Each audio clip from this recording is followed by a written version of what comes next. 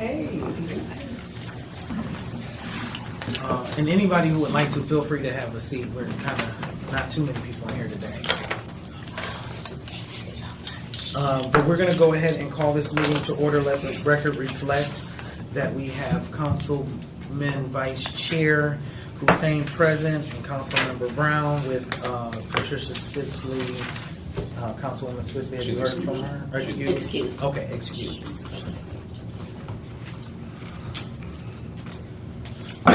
And if we can, let me look at these present. Yep, if we could get a motion for minutes. So moved. All in favor? Aye. Aye. Let the record reflect that they have been approved as is. And we have public comment up to 2 minutes here later on in the agenda. I know that we have a few people here today, so just wanted to let you know we're going to make sure we have our presenter have the opportunity to present first. And today we have Representative Emily Devendorf to provide a overview, and we have her representative legislative director Natasha Atkins. Did I say that right? Atkinson. But that's fine. I know it's the S-O in there, I just hear it. But we're so glad to have her, and I know that she said that Representative possibly could or could not be here based on session going over. So we're so grateful to have Natasha here today, and thank you so much. I really appreciate it from you as well as Representative Devendorf's office to come and to kind of share how things are going as far as homeless and what's coming down the pipeline, what legislative things that you guys are looking at, bills, and so on and so forth. But I want to say thank you for not only coming, but on a short notice as well. We had a couple people, groups unable to attend, and so I really appreciate you all. Every time I've called on your office, show up, show out, and just want to honor and respect that from you and from the representative. So, Yeah. Zoom meetings? Is that Zoom that Zoom outfit? he is too much. So, thank you. Thank you, Councilman Brown and Hussein and Mr. Jackson, Councilman Jackson, and everyone here for taking the time out and even for considering us. The representative is really disappointed that she wasn't able to make it, but they are working on the budget, which hopefully will resolve some of the issues that we're here discussing today. So we're going to just keep our fingers crossed that across the street they are hearing the concerns of the people and taking action to better the lives of all Michiganders, but our Lansing people are who we're really here to talk about. So the representative has taken a really strong stance on not only homelessness but renters' rights, understanding that housing is a right. And that we definitely have some work to do to bring some equity into housing. We are proposing a housing bill of rights in which, or renters bill of rights and homeless bill of rights. I don't know which one you'd like to start with, so which one? A lot of it crosses over, right? So when we look at our renters bill of rights, we have eviction, just cause evictions, which really are affecting people who have the month-to-month leases and how they can get evicted and what exactly stands for an eviction. We have noticed that a lot of what we're seeing within homelessness and the people who are reaching out to our office looking for assistance are on the verge of homelessness based on evictions and what's going on with their leases. We have a lot of returned citizens that are coming to our office looking for assistance as well. We know that there's discrimination within the housing, that can prevent people from that. So we have been working with Nation Outside and Tony Gant to get the Fair Chance housing legislation passed.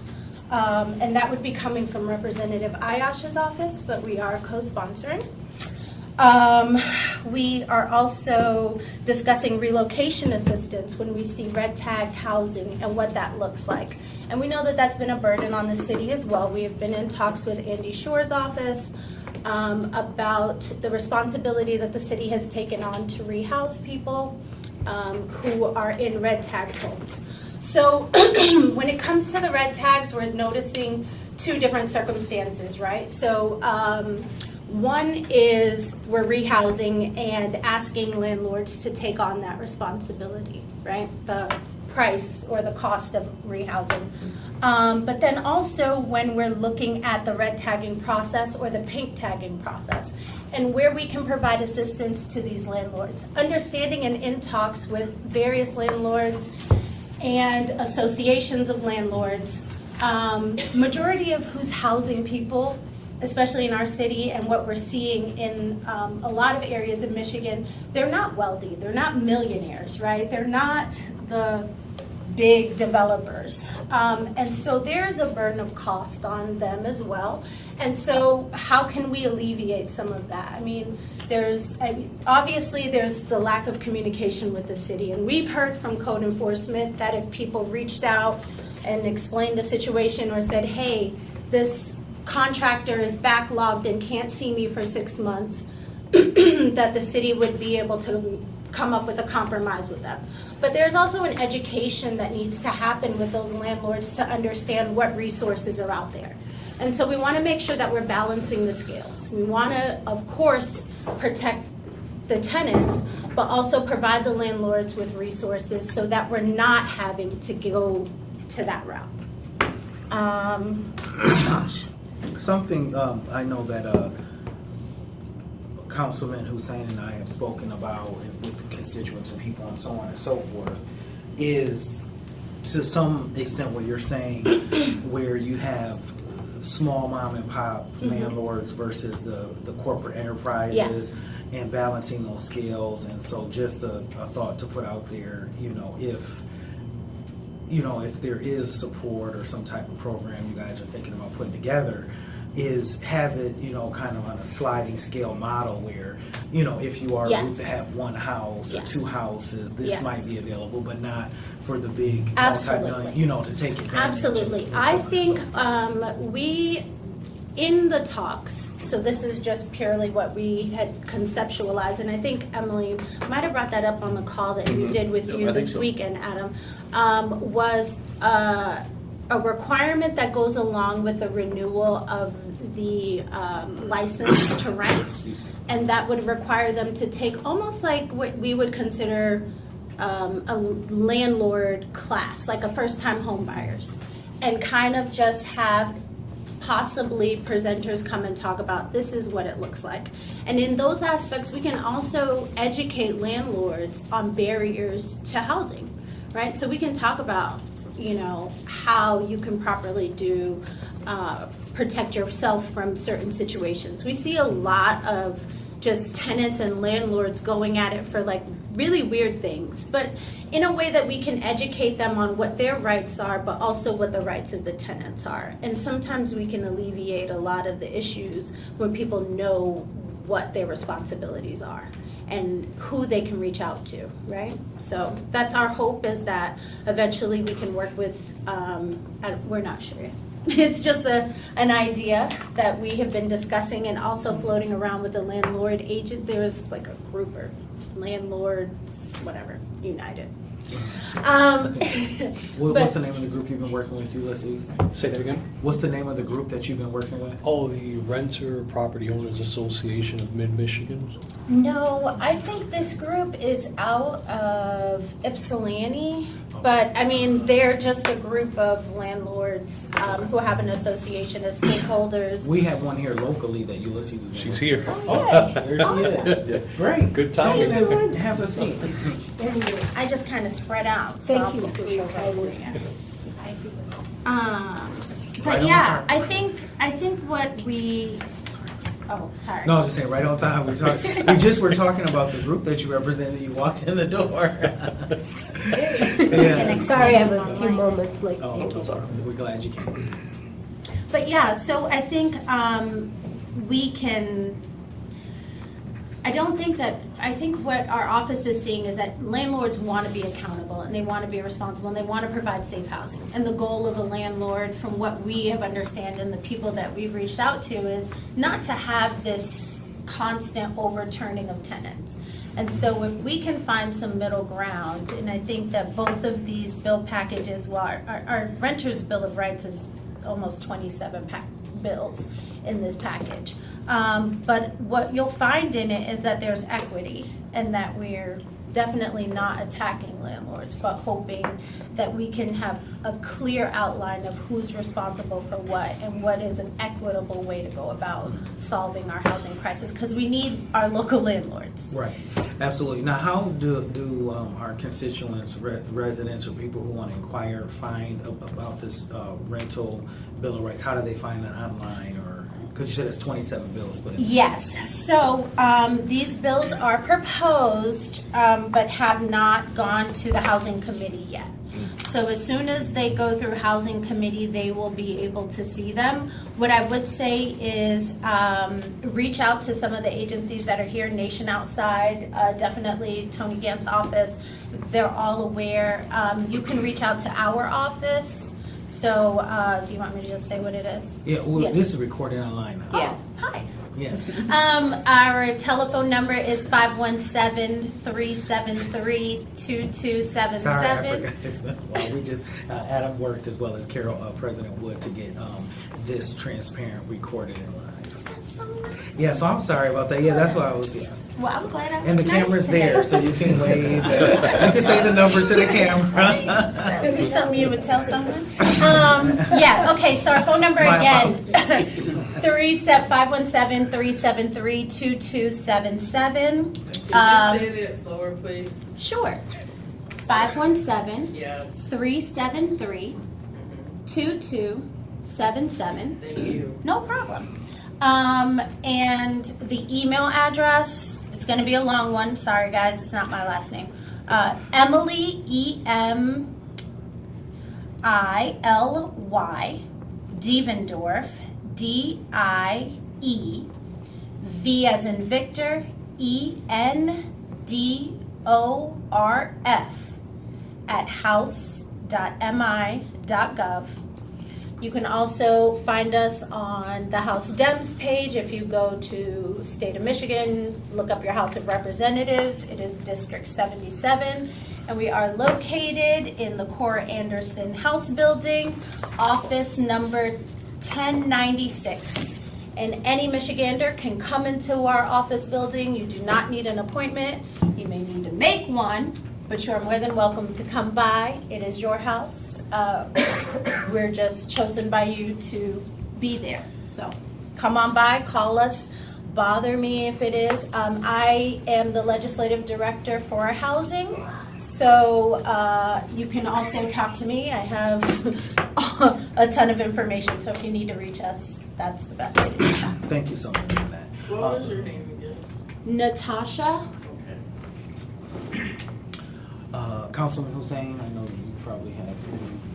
Well, first of all, thanks for being here, Natasha. We appreciate it, and everything you did to make sure that Emily could be part of our meeting this past Saturday was really good.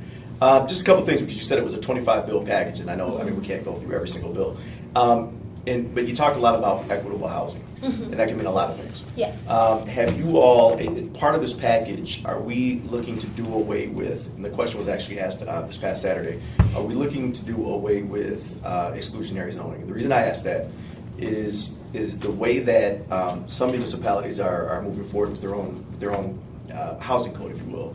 They literally are. I mean, it's almost municipal-driven redlining, segregation, and the like, right? Based on a number of socioeconomic factors.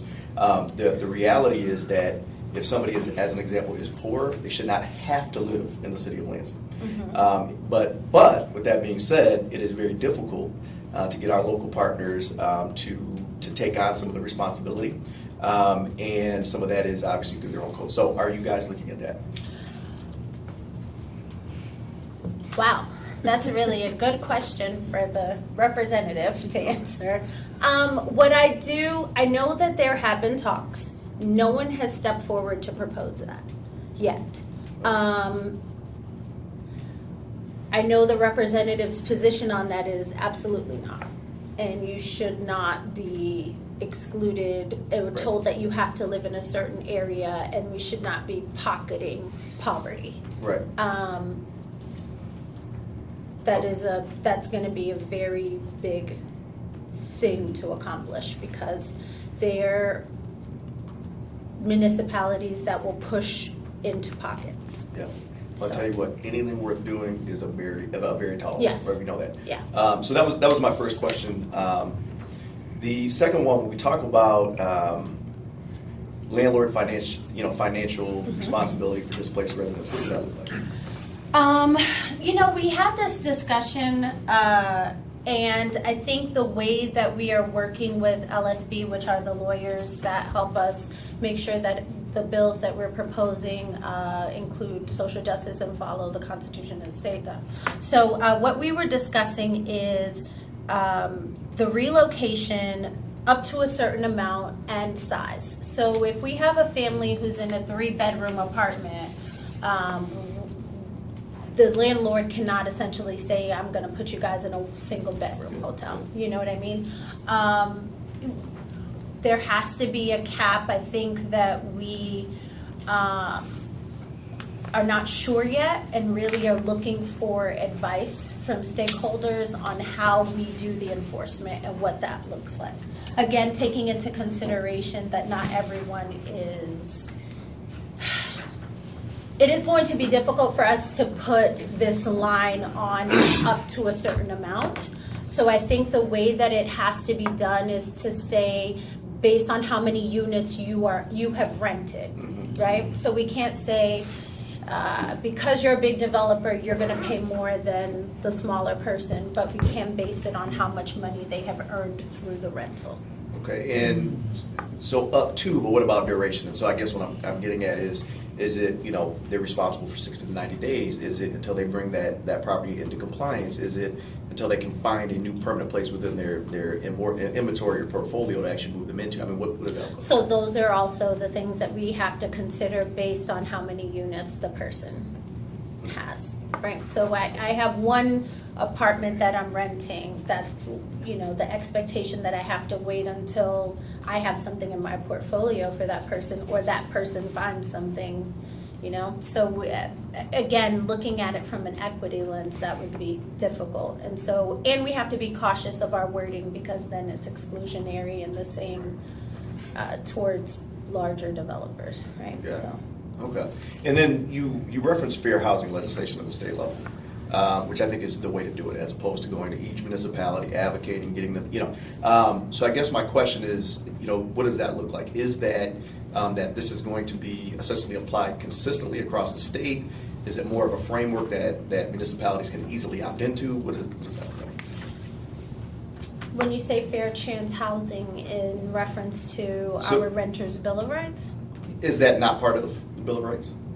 Well, fair Like, chance we'll take housing that is into- already, we Yeah. already have fair chance housing, but you're But I'm referring to looking for, the. here's what I'm saying. So,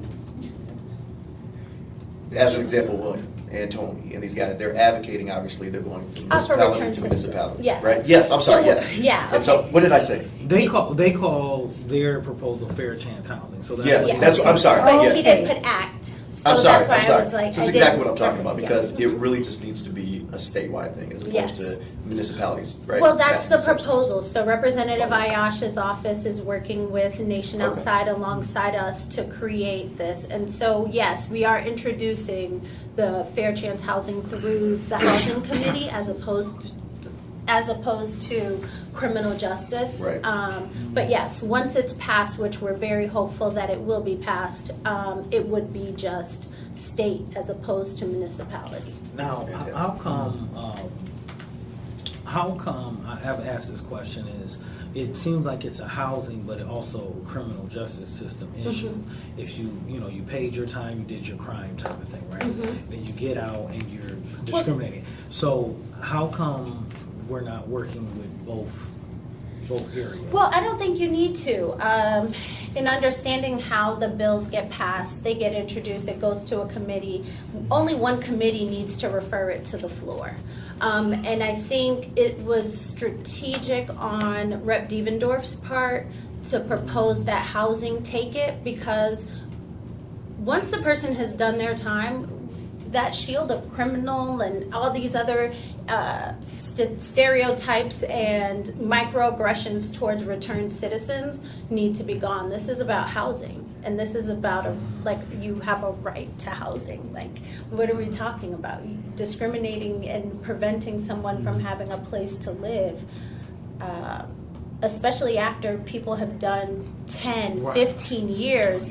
I mean, come on. It just doesn't even make any sense. So I think putting it in housing puts a face to it, makes it more human than looking at it from a criminal justice standpoint. And it's not we're not talking about a crime being committed.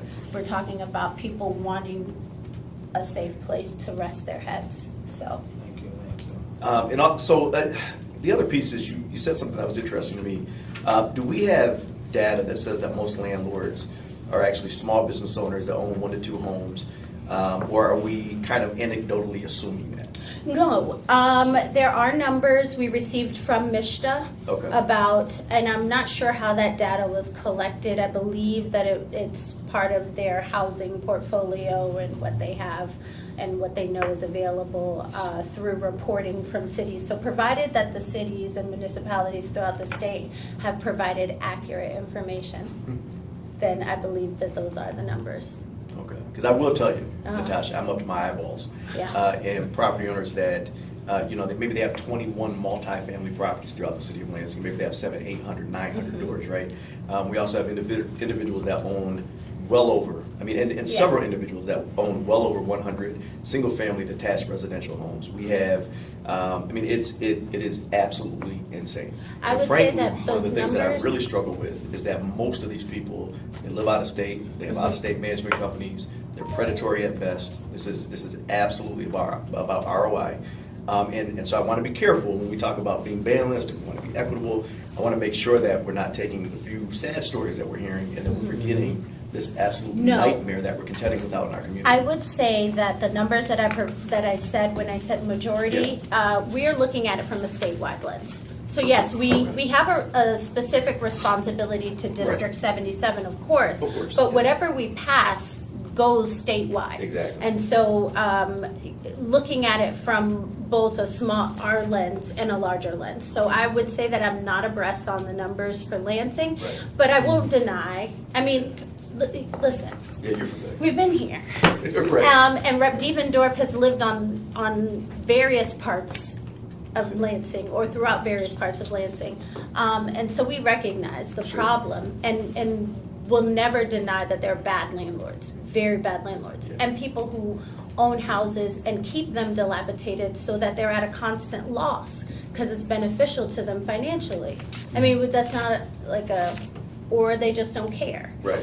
That's not, there are absolutely people who do that, but that's why we need to make sure that we're protecting those who are doing well, Right. and making sure that there are actual and real accountability that can be placed on the people who are not.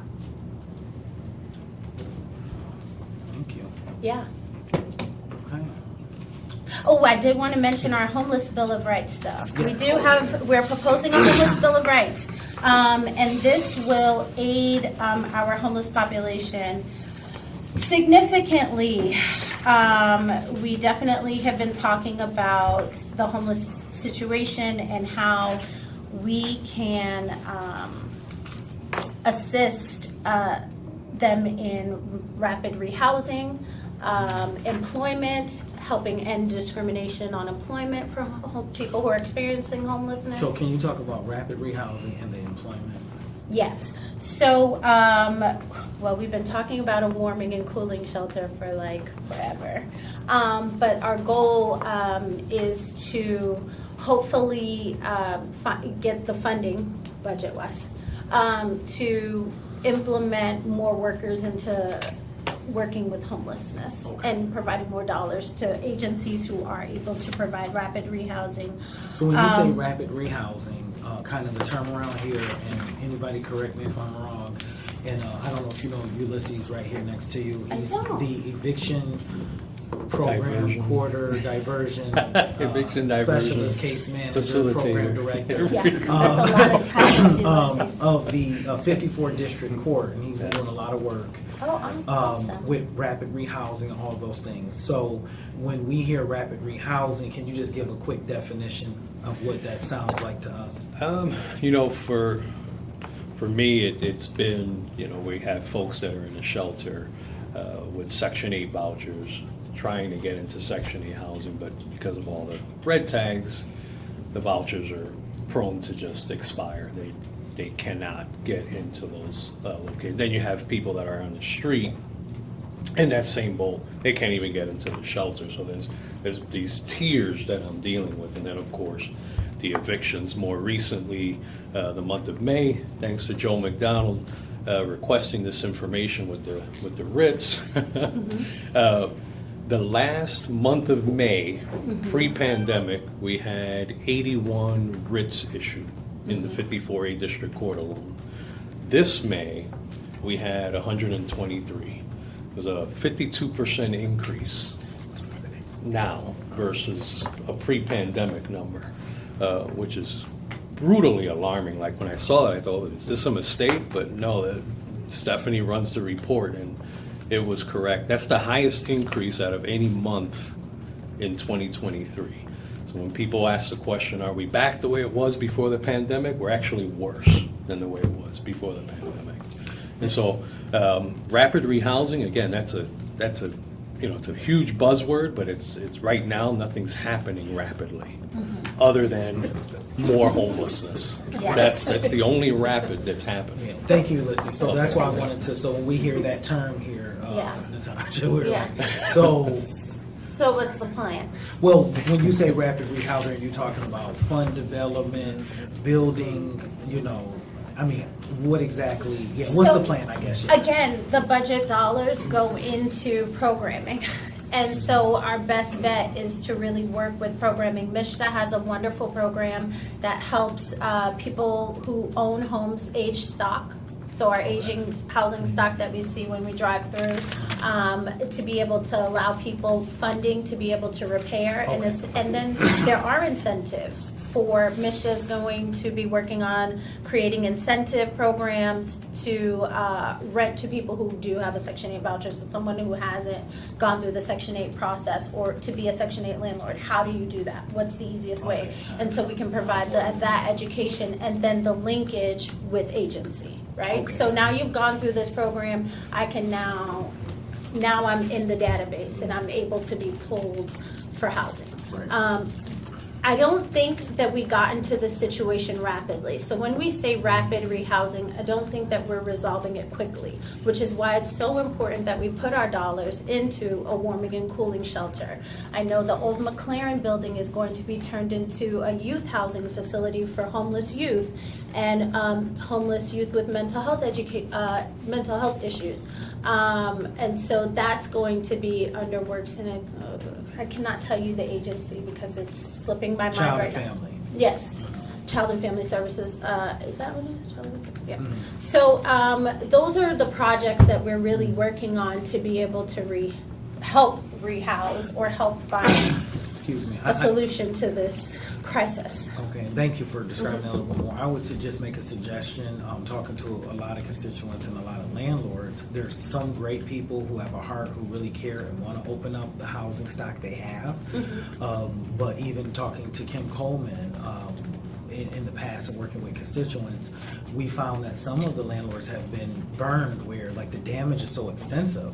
So in that, you know, in how the bills and the funding is, maybe there's some additional funding to be supportive in these when we kind of know, again, talking to Kim Coleman over time, they kind of know some of the families and their history because they work with them closely. And it's like, well, when we do have this family, and let's say there's 5 children, mother and father, whatever, they need to be housed, and it's maybe the one of the spouses are, have an anger problem and tearing up the house, but the kids are affected because of it.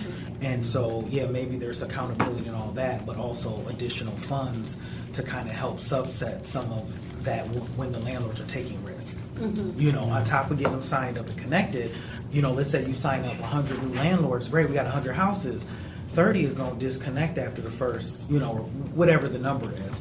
They're going to no longer say, I'm okay, never mind, it was $10,000 worth of damage. And so just looking at how can we support people who do care and make sure that it's, when they're taking additional risks that there's As far as like a security deposit, damage, something. repair. Yeah. I see what you're saying. I don't know any of the terms, but some type of little holding, could be a trust or something for higher risk situations or people that because they do need to have somewhere to go, or if it is someone with mental health. I've had people who can't rent and get evicted and never can rent again because they're hoarders. And through that whole situation, there's been damage to the house, or it hasn't been taken care of because they're embarrassed and ashamed of that. And then now it's like, well, there was too much damage. They put it in eviction. They put, the $5,000 of damage, and then Joe and HRCS is trying to get in place, and you got all these openings. They're like, well, we're not going to take them though. So how do we incentivize? Well, like if you take this higher risk family, there is let's say if the rent was $1,000, we might have an extra every month they're there, might be up to $1,200 if there is damage that you could apply for taking this higher risk on top of the security deposit, or, some way. But that's something that I hear where people, several people, I want to, but I can't take the risk. I need, to get the highest credit rating, the most stable, whoever, so that way I know that at least the money's coming in, the least amount of damage, and, the lower rents that I'm charging already, takes time to save, so the water heater, the roof, or whatever goes out too, I have enough of that. So just a suggestion with that. And so you were saying, so that's the rapid rehousing, and then employment, I brought that up before as well. Matter of fact, I think there's Tony right there. I brought up to Miss Tony about how we can help for those who can work, get opportunities, and working with workforce development for several years myself. We all know, we've all been there, and anyone who has a job, we're trying to make our resume the best and all that good stuff, right? But if you have gaps in history, lack of education, all these other areas, when they say, we want, and employers have every right to get the best candidate that they feel, anyone who has a challenging background, who may be homeless, who may have had some background, are the secondary or third to get, employment opportunities. So what are your all thoughts, as far as looking at employment as well? I think, absolutely, I agree. What our proposal really is about the discrimination against people who are experiencing homelessness. And so I do agree 110% that it's going to be complicated, but there is a shift culturally that we have to make. As far as we're experiencing right now, not only the housing crisis, but we're experiencing a workforce crisis. And so we hear constantly from employers that they do not have people to work. You can drive up and down Lansing and see businesses like, on lunch break because they don't have employees, or they change their work hours, or the hours that they're open or that they're closed. What we're proposing again is funding to programming for homelessness, for homelessness being provided services. So whether or not they need a resume for the job, that doesn't deny, being homeless does not deny you the ability to work. And some people want to work, and we have to also acknowledge the fact that some people prefer being homeless. But that doesn't, again, deny them the right to work and to earn a living. So I just noticed he had on basketball shorts. I'm so sorry. That's what when he first came in, we were. He just took the words right out of my mouth. Yeah, when we first came up, we were like, oh, okay. I didn't see it. Okay. And so we're hoping that places like Workforce would allow someone who's experiencing houselessness into the building. But what we're seeing a lot is that businesses are discriminating against homeless people. I mean, the representative and myself were downtown at a business off of Michigan Avenue, and shelter isn't too far. And one of the employees had mentioned that they call all the time on the homeless people hanging around the building. And so when we see things like that, that says that you're not welcome here, that you're not able to participate in society. And so when we start providing rights to people who are experiencing homelessness, we're hoping that that would encourage them to move on to programming like what Workforce One has available for them to be able to apply for jobs and to walk into a building and say, I'm here to apply for a McDonald's or wherever, to say I'm here to apply for a job and not have the police called on them, right? Or for them to be able to ride CATA from one end of town to the other, and not just CATA, but public transportation. Probably shouldn't have said CATA. Well, and- Yeah, without and- discrimination. And that's good. I would throw in, from talking to small businesses and doing some, I don't know what you call it, just me being in the community and have went to some of the small advocacy work. A lot of small businesses are more flexible than some of the bigger corporations with all the extra policies and everything, but they need a little bit of support. So I know you're familiar with the on-job training type of funding and programming. Yes. I think that would be looking at, especially small businesses, like, oh, do you have an opportunity to have a part-time or full-time equivalent? Maybe we can help give you some funding to train and develop, if you're able to meet these requirements. And even if you had to show that you had the finances to really hire the person, Yes. they're more than willing, on several occasions, because I've kind of advocated trying to help get some people jobs. But it's like, because there are barriers, lack of training and skills on different things, that they would have to avert their energy and their resources to really developing that person, going above and beyond. Maybe that's something that could be added to look at how can we embrace, Yeah. empower, and then employ. Yeah, I like that in person. I think absolutely. What we have been proposing, or what the representative has been proposing a lot, is that we do economic development differently, and what that looks like, and who Economic development different. Yeah, how we do economic development differently, and how we can utilize people's talents and acknowledging them and utilizing them, and not necessarily placing a label because of what they might have done in their background, or what area they live in, or whether or not they're experiencing homelessness, or some jobs are asking for your credit score. I mean, there are just so many different barriers that we've implemented that really don't show the quality of the person or the person's character, or they're, discriminating. We just saw Elliot Larson pass about now finally people who identify under the LGBTQ community have employment protections. And so what we're attempting to do, again, is go back to balancing the scales and really placing more emphasis on the person and their character than whatever labels society has decided was important at that time. Thank you. Is there anything else with the homeless bill? No, I think I hit all the facts. Well, this has been very informative. I am so appreciative. Do you have anything else, Councilman Hussein? Yeah, so just real quick, do you have bill numbers for us? Do you have a one-page something for I us? have a pager of the Okay. Renters Bill of Rights. Okay. As I said, it's a 27 bill package. Various state representatives, and we'll definitely have some senators backing some of these. This is kind of sort of preliminary and changing as we hear back from LSB, but I did leave this for you.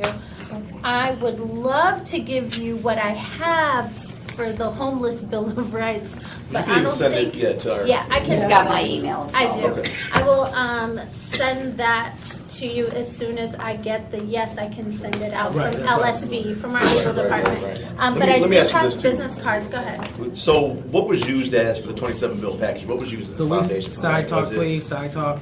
Was it, and I guess what I'm asking, is it the White House paper that they did, the white paper they did on Bill of Rights? Is it other states? Have other states enacted similar things? Yeah, What are we so doing? we looked in the Midwest region and regions that had similar housing situations as ours, the aging home stock and population, the difference in age gap, and because we just have so much happening in our district. Our district, and again, we have to look at it differently because our district includes more than Lansing.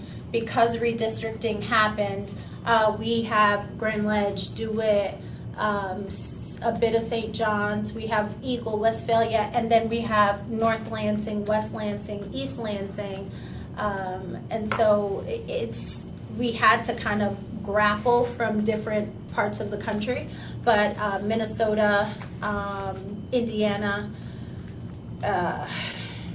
and then some of it did come from the National Renters Bill of Rights. Everything that we have touched, and we've tried to kind of tweak, of course, to try to adapt to Michigan. Alrighty. Well, thank you. We Can I appreciate stay? it. Oh, absolutely. We thank you so much. And now we have, we thank you so much for presenting. Thank the representative, Jerlyn. Absolutely. Now we have just committee recommendation reporting, which I know we've been talking about that. So we can just, My understanding was, it was either the last meeting or the meeting before that, both Councilman Spitzley and myself had talked about a number of folks that we wanted to discuss certain things, we wanted to have them in before we actually proceeded that path. So we need to make that happen, I think, before we get to that. yes. So, if you want, yeah.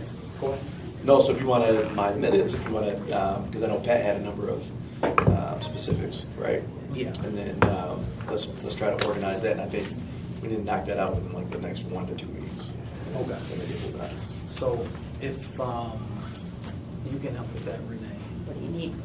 Just to, I guess, pull,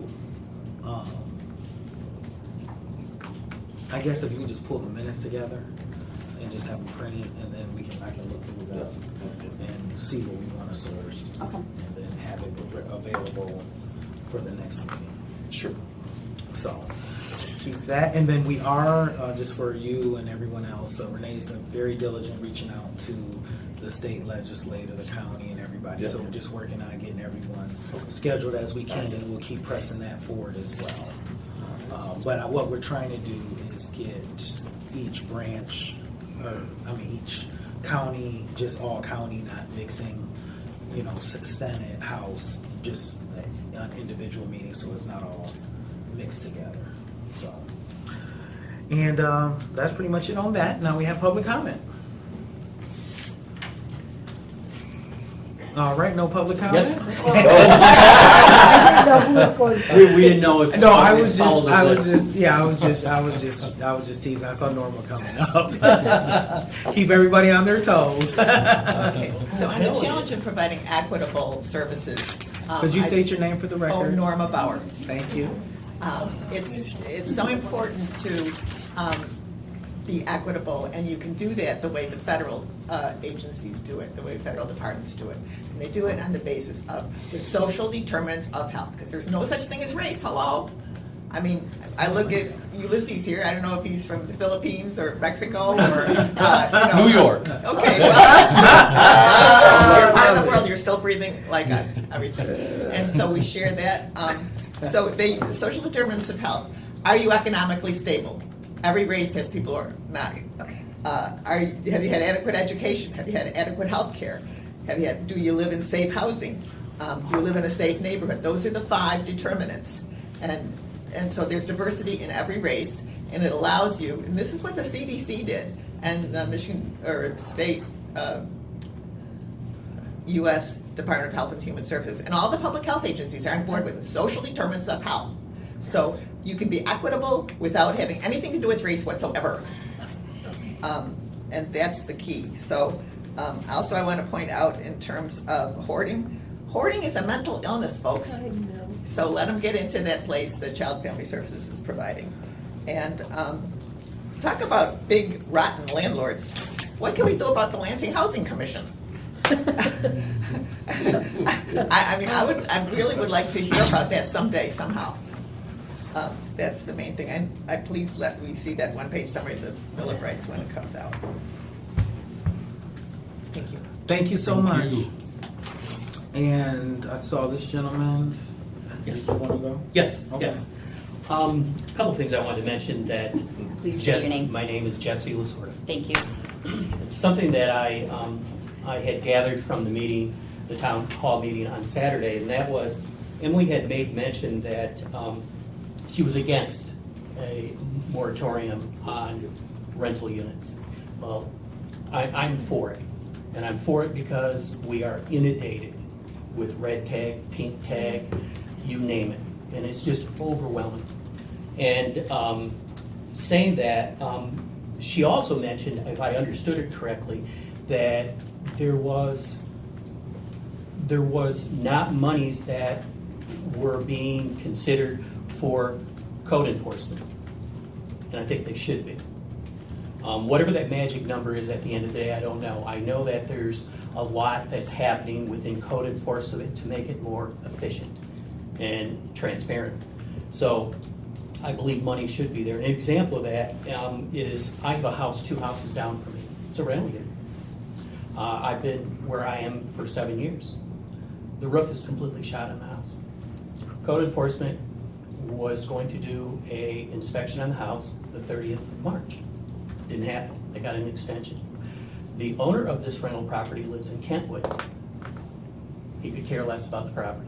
It's been one thing after another with this house. So it was extended to the 30th of May. He got another extension. And he got an extension because, this is from code enforcement, because of employment issues. Not his employment issues. It was more that it was a timing thing. When can that more perfectly, can a code person get there? You live in Kentwood, the rental property's right there. They can swing by at any time and inspect the house. So now, the can's been kicked down the road further, to the 30th of August. Meanwhile, those folks are in that house, and they're gonna have Niagara Falls coming in that house soon. And so I've got a real issue with that.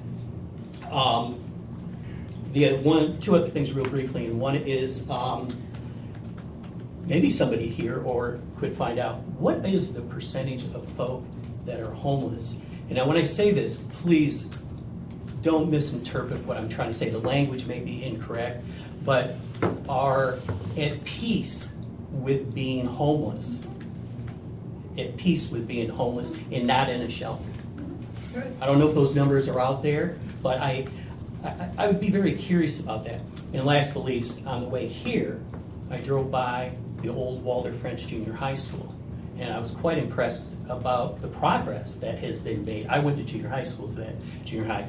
Many of the original windows that date back to the 1930s were still in that building. They have now been removed, so it's good to see that progress. More importantly, it was a blight right there on that corner, a major artery and thoroughfare in the city of Lansing. Good. Thank you. Thank you so much.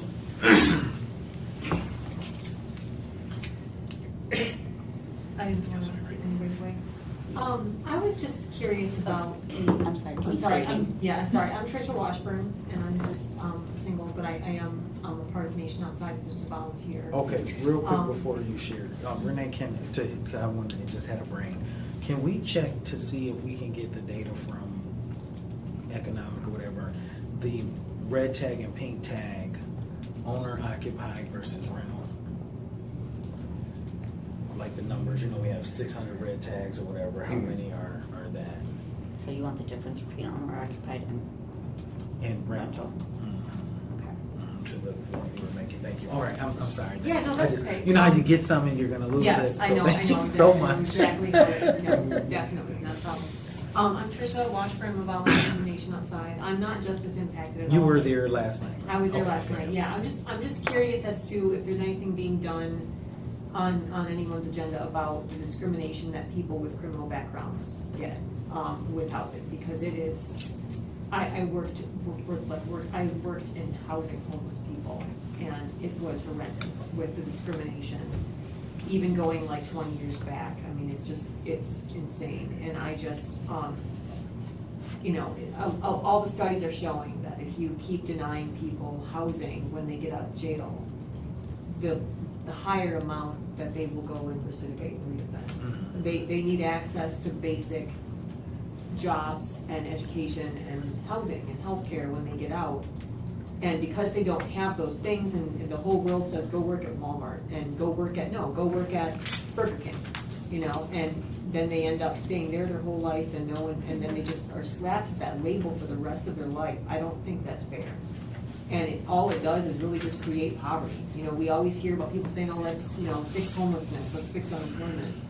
And then we turn around and discriminate against a huge amount of Americans because they have something on their record and they can't get up any higher, and they can't get housing, they can't get good paying jobs, not just flipping burgers at Burger King, but like actual skilled jobs. They can't get higher education, master's and PhD degrees. They can't even volunteer at certain places.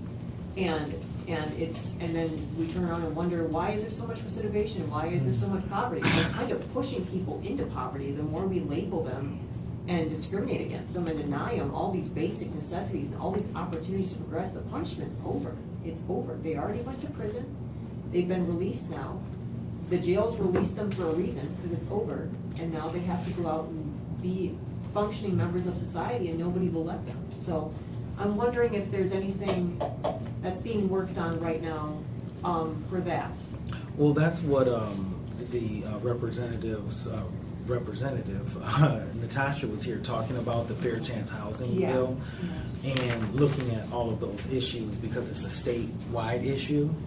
And so, not to go too far down this path, but we've looked here locally about it in the city attorney's office. Could you speak on that I don't want to put you on kind of what the opinion was with the Fair Chance ordinance? Well, at the request of the last ad hoc committee on housing and resident safety, we did prepare a preliminary draft. The ultimate opinion was this could be something that a municipality enacts. The draft would have to be significantly changed from its current form, but it could be done.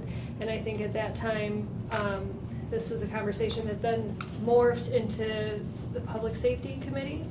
And it was determined that the request would be made to pursue it on a more statewide level for consistency purposes, rather than have piecemeal municipalities doing different things. Yeah, and basically, thank you, Lisa. I'm sorry to put you on the spot, but you know, it basically as is, it was like we'd have to completely have so many changes, and so that's really what they were talking about, and everybody's kind of moving in that direction. You know, myself and I won't, because we're moving along the meeting, but thank you so much for your comment. But my thought, you know, all of these barriers for so many things that you spoke about, I think is so interesting because we as Americans put all this in place.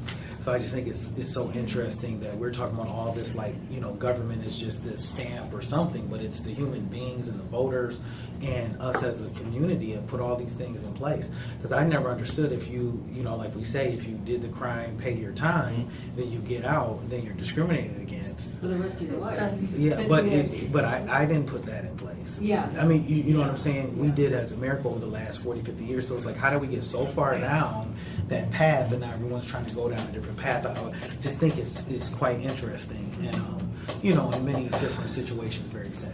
Yeah, and sorry for coming late. I know I probably missed her talk about that. So I'm Oh, sorry you were about late? that. Yes, yeah, that's I was the exactly. one that came in late, And sorry. I don't know if her cards are around, but they're very accessible. She says you guys can go up to the office anytime, but they're actually championing the questions that you asked. Thank you. All right, who's next? Yes, sir. William Walker, Nation Inside, and the Fledge. One of the things she said was there had to be a lot of work done. My question is the work being done? If that's are the changes in motion. Now, we can say that we gotta change this, but until we start taking action to change what needs to be changed to make it real, we're just spinning. Can I get an answer to that? This is public comment, but basically what she said, what she's saying is that we have partnered with the state, which is the representative here. So it would be a statewide and it's all uniform. So then if it's a state law, then it's approved in every municipality. I'm aware of that. Other municipalities have started making changes. The state making a one to encompass the whole state is absolutely great. But now we're talking about waiting for somebody else to do. When the issue is this municipality can do like other municipalities and begin to make some changes. There's a difference in the MCL and the ordinance. And we can do some things now until the state get around to going through all their cycles. That's where I stand. I don't accept excuses. Anything can be done that man sets his imagination to and his desire. One of the things when I was in college, they said, where there is a will, there is a way. And they did it in reference to me. My name is William. But the situation still is, if we want to achieve something, we can put a man on the moon. We can change a man into a woman into a man. So we can obviously find a solution to this. Yeah, I think, let me, if I can just interrupt real quick, it's not an excuse. When we explored this, you have to understand, William, that, I mean, I think we explored this in earnest. And we looked at this patchwork of ordinances that other municipalities had put forth. And frankly, it's criminal that municipalities have to proceed that path and put, different types of, whatever's going to be vetted by their law and approved by their law. But the reality is, what we were looking at was going to be something that was almost unrecognizable from what you all presented to us for consideration. That being said, sometimes we do need to make sure our guns are pointed to the right place. And it is okay for a body such as ours to say, look, there is not the regulatory framework at the state level to provide for this. And it, number one, it just makes more sense for it to be done at the state level. And you need to get it done. As opposed to them, we are so used to, as local governments, allowing the state to kind of sit back. We're all fighting each other, inside our own cities, and we should be doing this, and we should be doing that, and nobody's pointing up and saying, well, hold on.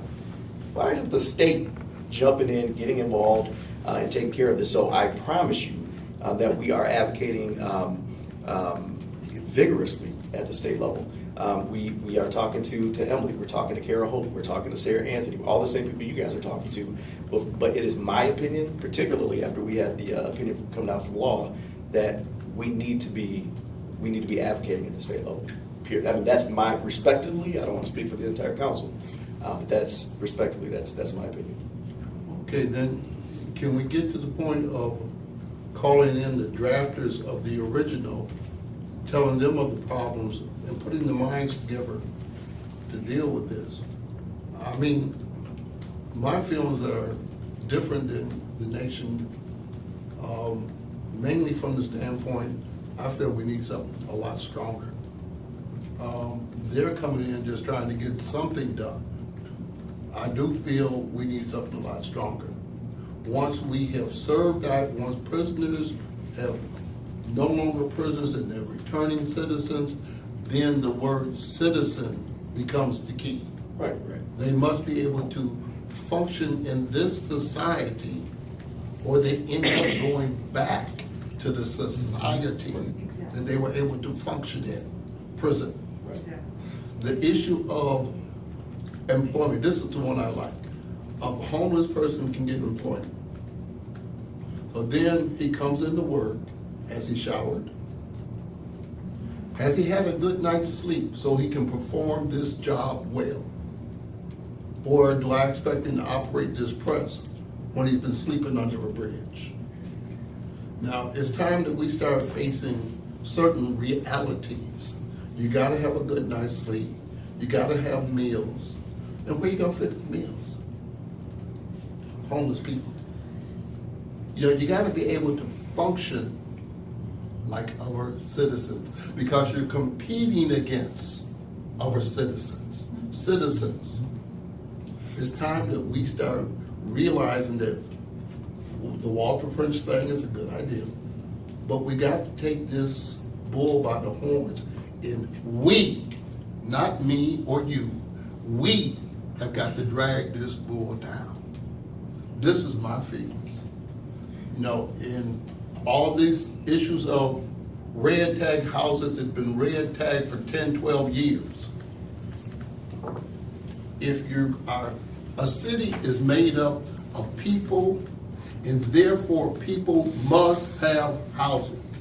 If you don't have the housing, the people have to leave the city. The jobs have to leave the city.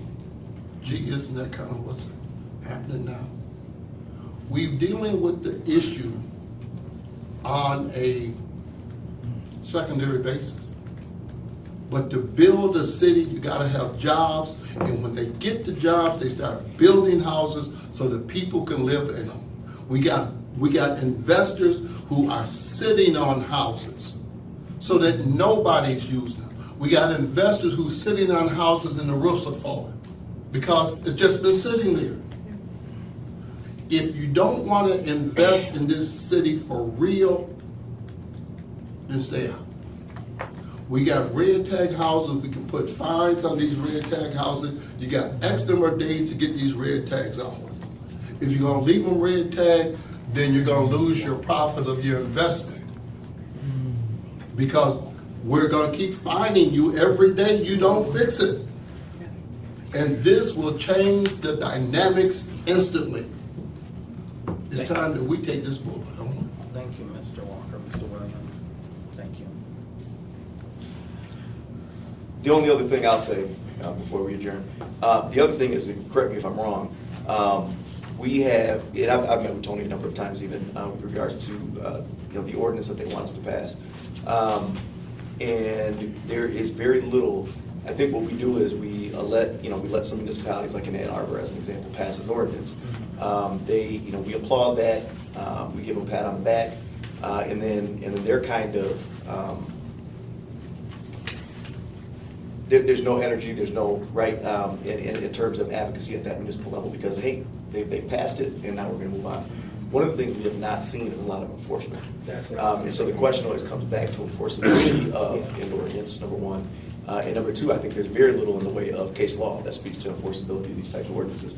And so that's why what I'm not willing to do is to do what one of those municipalities have done, just to quiet the loudest voices in the room, let's pass an ordinance, even though we know we're probably not going to be enforcing it, because, again, as an example, there's a deficient state regulatory framework. I would rather use our energy to advocate at the state level so that we can then actually do this in an enforceable way. And Councilman, I'm glad you brought that up because I was thinking that and it slipped my mind, but that's something that was very significant is how do we enforce? And you have to have that state backing to be able to enforce when you do have a And situation. even the folks I've sat down with your particular organization cannot cite anywhere where this has been enforced. And there's a reason for that. So let's get after the reason. Yeah, we want to be effective. I didn't get to say anything. You know, I got the thing from the county. My house, 218 South Home. We have no idea who you are. Belinda Fitzpatrick. Thank you, Belinda. Thank you so much. I'd take this as a compliment. Now, the one house I own free and clear, so when they charge me $150 a month monitoring fee, it goes to the county. Okay, the other one I have a mortgage on, so $150 a month gets added to my mortgage. You know, if I had that $300 a month, it would be going into my properties. And you know why I haven't said, oh, come back, code compliance. Oh, the chicken shit's all cleaned up. That's what you were worried about. That's what you claimed, that you red tagged my house over chicken shit. You want to come back and do a full inspection, a complete inspection. Treat me like I'm one of these landlords who doesn't give a shit about my own home. I mean, I bought both of those properties in 1994 when nobody wanted to be in that neighborhood. I thought it was making a difference because I was like a educated person that could care about things and bring things up, and I invested a lot into those two houses. But paying that red tag monitoring fee is not helping me to achieve my goals or your goals, which should be the same. So, if I can get to my attorney's office before they're closed, I have a retainer agreement. And I have a check to write them for filing fees. And, you know, he said, you're going to take you to task. I said, well, I remember I was in that one class and they said something about, you know, somebody said they're going to kick their ass. And he said, I said, oh, the professor said, you can't talk that way in court. So I figured that's why he wasn't using that language. But, you know, I'm going to fight to keep my properties. I am going to fight. And you know, the thing is that they did not have a search warrant to come into those houses. The city of Lansing did not have a search warrant. And the search warrant that animal control had was based on a vindictive report that was filed by a woman who was trying to get even with me out of hate. Now I had somebody tell me, you get the red tags off, don't ever let anybody come in your house again.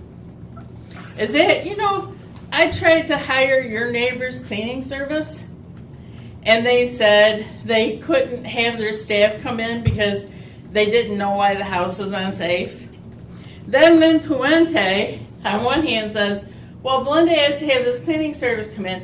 Then she writes down, oh, it's so sad, Belinda won't let anybody come in and help her. What? You know, and then she says, I'm mentally ill. Well, I'm trying to deal with a hell of a lot of stress, you know. I almost died twice because I didn't want to leave the properties unattended, so I slept outside in the car because people were trying to break into my houses because you throw a red tag on the house and everybody thinks it's empty and break in. So I ended up in Sparrow twice. I ended up with pneumonia. I had permanent lung damage from, you know, sleeping out in the car because I was afraid the city of Lansing would be sending somebody in to arrest me and throw me out of my safe home. So anyhow, you guys, let's, I don't know if the lawyer's office will still be open or not, but let's go to court and we can fight about the Bolt case. And if you should be able to opt out of a red tagged monitoring fee because Bolt said that when they decided that if you are going to charge a fee, a person has to have the right to opt out. So I should have the right to opt out. But, you know, putting me in harm's way in the name of safety is, but let me see if I can make it over there before they get closed. Thank you. Thank you, Ms. Belinda. Yeah. See you in court. You guys are going to get real close. All right. Would you like to share? Or Yeah, I would. Till next meeting. No. Did you want me to? Oh, no. Okay, I'm just, thank you. Well, we thank you for appreciate you having coming. me. Okay, first of all, I'm a small company. I have 28 units. I live in one, and I'm totally open to all the high-risk Can you people. state your name? Oh, I'm sorry.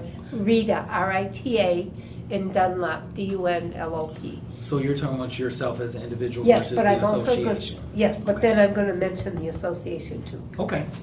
So my position is I'm open to high-risk individuals. It's been challenging, but I still remain open and willing to help people get a chance at success. Let's say that. Housing is a chance at success. It's difficult to achieve it without housing. Okay. So, when they were mentioning earlier about having to pay for homelessness if someone, you know, gets evicted, some of my cases, I lose $10,000, $11,000. Then that doesn't include my damage to the unit. So I feel if I've lost that much money, I feel like I'm already running a shelter. I don't want to be punished again, if that's possible. Okay. But I see what they're getting at, where other big companies, they're getting rent right along from the people. And so they would have a fund to draw from to, support it, and I'm all for Well, that. and that's what, not to cut off your public Yeah. comment, but that's when I was making the comments to them, is I hear from so many landlords like you who, excuse me, it's significant. So, they're talking about signing up new providers who will take Yeah. Section 8 or whatever the situation is, and you could be one, like, I'm so open, and you go to sign up, and 2 of your units, you've lost $25,000, you can only afford to be so compassionate. And because of the damage and the process going through the court system. So you were one of the type of people that I was talking about to the representative earlier. The other little glitch along the way is the insurance companies. On one of my units, it doubled because we're in a high-risk area, and there's been fires in Lansing, which affects the insurance rates terribly. There's millions of dollars of losses, and it takes a lot of small company policies to pay for those, if you can understand that. And I think the landlords definitely, the larger companies that I represent, I think a step in the right direction would be acknowledgement, maybe acknowledgement for their concerns and everything. Then once we get all that dealt with, then we need to have a different mindset. But until that, maybe an acknowledgement saying, this wasn't right, and you did lose a lot of money, and the courts were wacky doodle for a period, not getting through fast enough and things. And so I think getting us on board, small and large companies together, I think it'll help. Most high-risk tenants are going to small landlords because they don't have as much red tape, and they're more willing to rent to high-risk groups. So, and people, Tricia, thank you, she invited me to a meeting we're gonna go to. And so, what we wanna do is get the larger companies kind of in with us on how we're accepting. But they have other things, they have employees, they have people paying a lot of money for rent. They don't want the issues that I might be dealing with, because they don't want to turn their tenants away. They're paying good money. I don't know how to explain it. There's special issues that come with renting to the homeless. And I'm glad to deal with them, because many of my people, I turn around their lives, and some of them go on to do better things, and. Yeah, we have to be a community that supports each other, and then also Yeah. people, just because you're homeless doesn't mean you have to tear up anything either. So Exactly. I've got from a lot of landlords, we need accountability too. Uh-huh. Now, if there's a mental issue or something like that, Yeah. but there are some people who just tear up stuff and don't care because it's not their property. And you can't just let them keep doing that and say, well, now you're homeless because you got evicted 5 times and $50,000 in damages, So, And when we have a lot of the money going out, I think, there goes my window, there goes my new car, there goes my flooring. I replace it anyway. If I have to take a loss, I still replace it, because the next person deserves something nice. They don't deserve what somebody left behind, okay? And my hopes are the next person could be a very good renter, so. and hopefully you get more units so we have a wonderful landlord like you to help more people. Well, thank you so much. I don't think there's anybody else. We will, no, adjourned. Thank you guys for coming, and thank you for your input, your participation. It is wonderful. I